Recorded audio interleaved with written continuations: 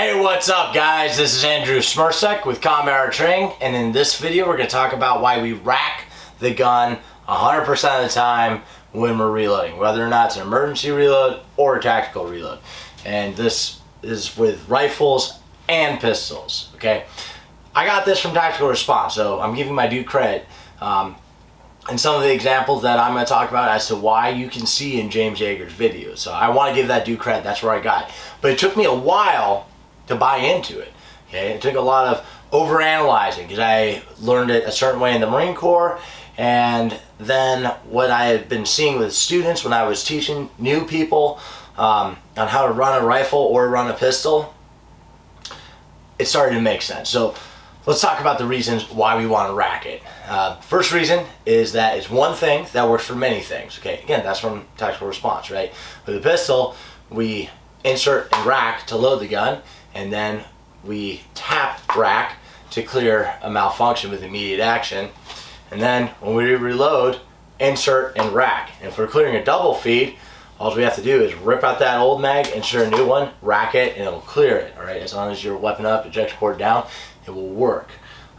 As far as I've seen, I've never seen it not work.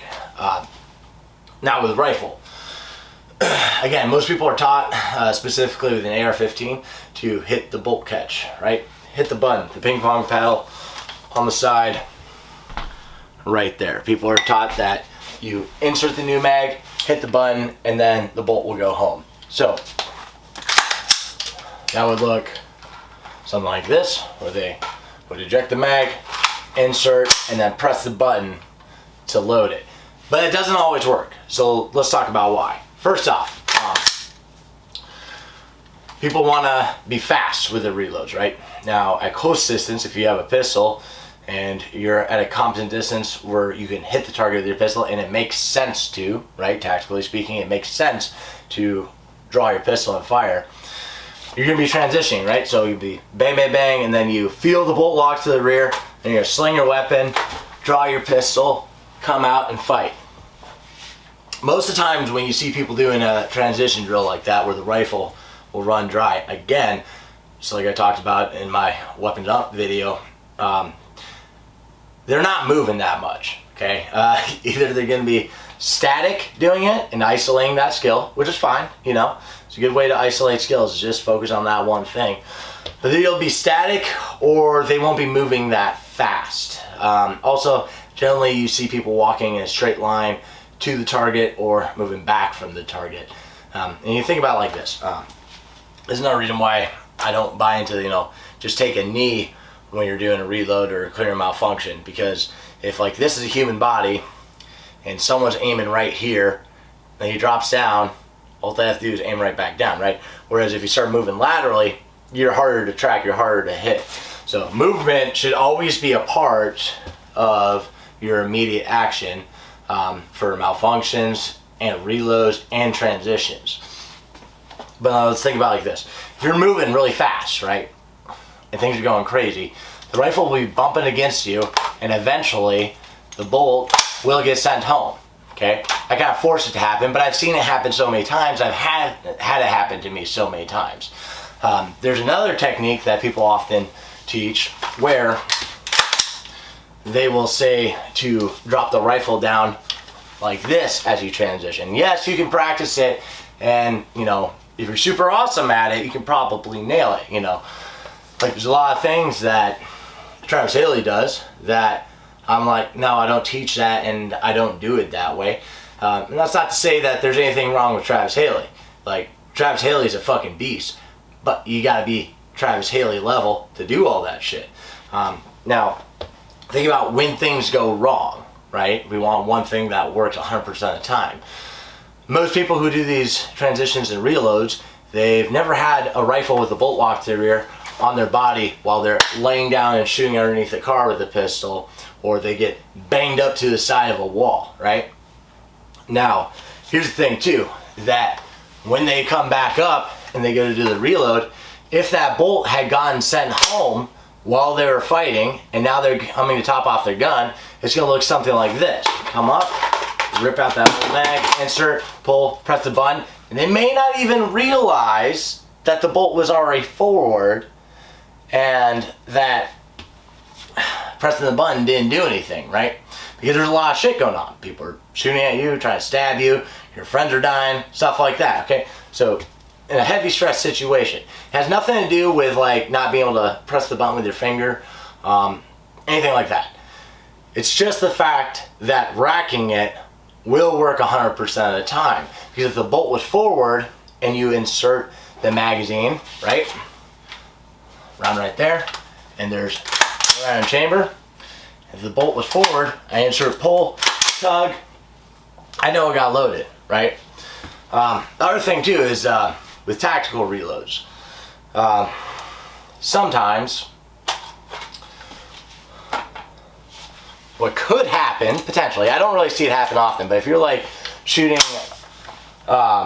around walls especially, and you have the ejection port close to the wall, or just got a fucked up gun, or maybe your hand was blocking the ejection port, you can get a type 2 malfunction, stovepipe, failure to eject, right? Where you will have brass sticking out of the chamber, right? And you just get done fighting and you're about to do a tactical reload. If you were to just swap mags and not rack it, you may not realize that you had a stovepipe, okay? And again, sometimes magazines are fucked up. Sometimes the rounds in there are fucked up. Sometimes things get dirty, right? So the mag that was in your gun, you may have one in the chamber, maybe, or maybe the bolt went home on an empty chamber and the rest of the rounds are sticking inside your magazine like this, okay? So what I'm trying to say with that is that just because you think that everything's good doesn't mean it is, right? You could have bolt forward with a loaded magazine in, and there could not be a round in the chamber if you got fucked up magazines, especially if you know, like to save $3 and buy programmatic garbage, stuff like that. Just buy PMags. But if you're doing a tactical reload, bring a weapon up, eject, insert pull, rack, and again, because we have the ejection port down, we cleared that malfunction. So that's why with a rifle specifically, I want you to do it 100% of the time. Rack the gun 100% of the time.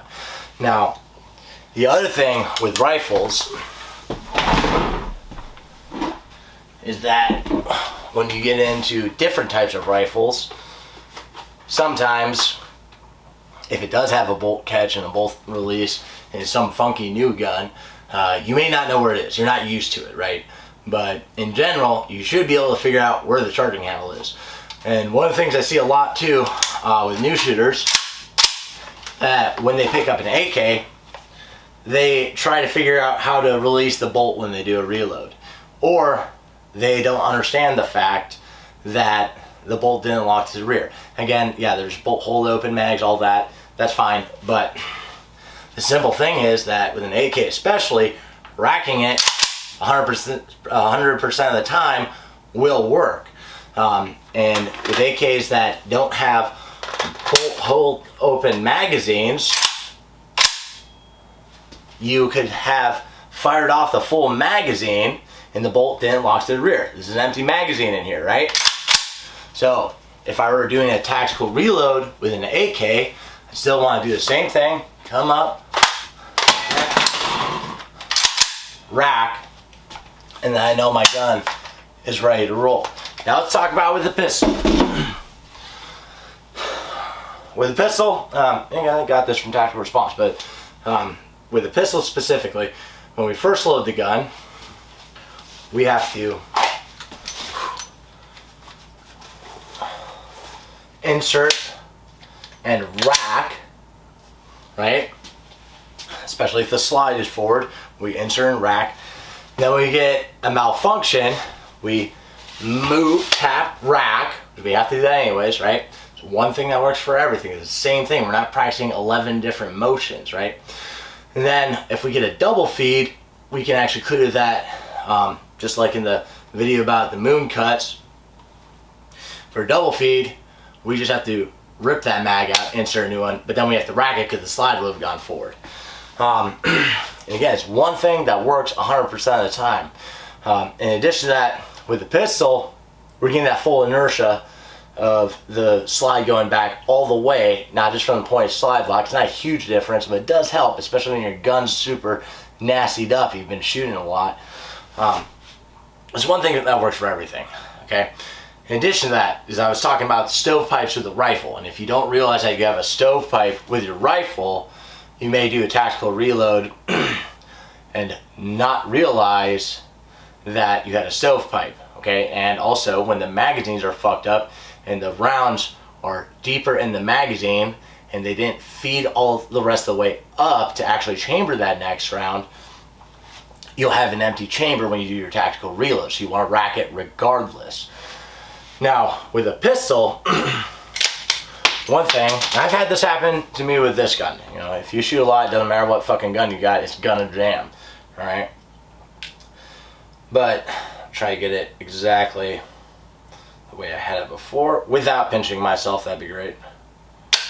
Perfect, alright? I've had it before where I had a malfunction, kind of like that, right? Where it's a stovepipe, but I was shooting and looking through the sights, it looked like the weapon was empty, right?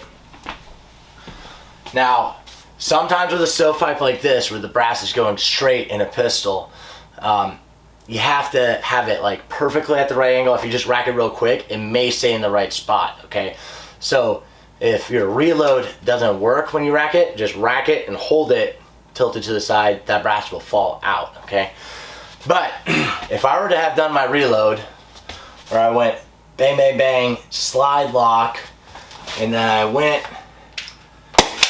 and hit the slide lock lever instead of racking it, this is what would happen. Nothing, because I have a stovepipe. So again, racking it, where I would insert and rack, clears that malfunction. And again, that's why we want weapon up, ejection port down. Alright guys, if there's any points I miss on this, I'll cover in a future video. But thank you for watching. Thank you to all my students, all my subscribers, everyone who's been buying slings. Hey, if you order a sling, all that shit out is getting mailed out tomorrow, Monday. So thank you guys so much. Keep fighting communism.